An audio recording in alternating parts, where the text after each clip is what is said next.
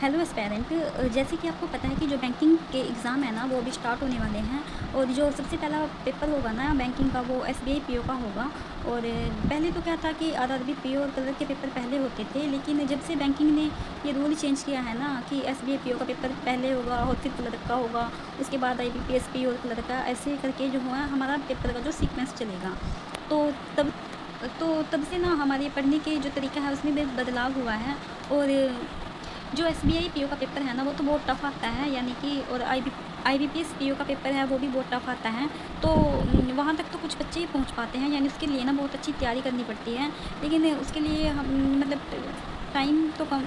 अब जो बच्चे वहाँ तक यहाँ से तैयारी करेंगे वो तो नहीं IBPS PO SBI PO clear कर पाएंगे, क्योंकि जो पेपर है वो तो 2-3 अगस्त को लगा हुआ है और उसके बाद आईबीपीएस पीओ का पेपर है। लेकिन जो अब से हम तैयारी स्टार्ट करें तो आरआरबी पीओ क्लर्क को तो टारगेट कर ही सकते हैं, एसपीआई क्लर्क को भी टारगेट कर सकते हैं।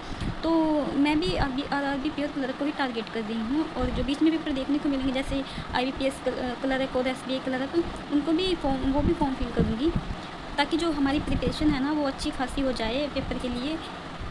तो मैं जो अपनी स्टडी के दौरान जो भी टिप्स फॉलो करूँगी और जो भी मतलब स्ट्रैटेजी को फॉलो करूँगी वो आप सबके साथ शेयर करूँगी, क्योंकि ऐसे क्या होता है कि पढ़ा नहीं जाता और बोरियत सी फील होती है। इससे क्या होगा कि अब इससे क्या होगा कि मुझे भी लगेगा कि मेरे साथ जो बच्चे हैं एस्पेरेंट हैं वो जुड़े हुए हैं और वो पढ़ रहे हैं तो मैं भी पढ़ूँगी, और आपको भी लगेगा कि अगर ये पढ़ सकती है तो हम भी कर सकते हैं। क्योंकि आफ्टर मैरिज ना अब मैं अभी प्रिपरेशन करना स्टार्ट किया है। तो पहले मैं तैयारी करती थी, थोड़ी बहुत की है मैंने तैयारी, लेकिन कुछ खास नहीं की है। तो अब से मतलब बेसिक से ही स्टार्ट करूँगी मैं तैयारी करना। तो आप भी ऐसे मेरे साथ जुड़ सकते हैं। तो सबसे पहले ना मैं आपको वो बुक्स दिखा देती हूँ आपको, क्योंकि मैं ना जो भी मटेरियल है वो अड्डा का ही फॉलो कर रही हूँ। देखिए, जो मैं कमांड की तैयारी करूँगी ना तो एस कमांड से करूँगी, क्योंकि ये बुक ना मैंने पहले ली थी 1 साल पहले। और अब ये काम आएगी, क्योंकि अब क्वेश्चन जो सॉल्व होंगे ना और इसी बुक से करूँगी मैं, जितने भी क्वेश्चन सॉल्व होंगे। और वैसे भी बैंकिंग के एग्ज़ाम में ना ये बहुत अच्छी बुक मानी जाती है, क्योंकि मेरे पास जो मटेरियल है ना काफ़ी वो अड्डा का ही है, इसलिए मैं उससे वहीं से ही प्रिपरेशन करूँगी।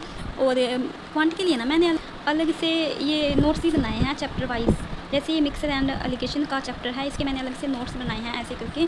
और ऐसे मैंने हर टॉपिक के जो नोट्स हैं वो बनाए हैं। तो मैं कमांड की तैयारी तो ऐसे ही करूँगी, और जो क्विजेस होगी अड्डा पर वो दूँगी, और जो मॉक्स होंगे वो आपके साथ शेयर करूँगी, उनका जो स्कोर होगा वो शेयर करूँगी।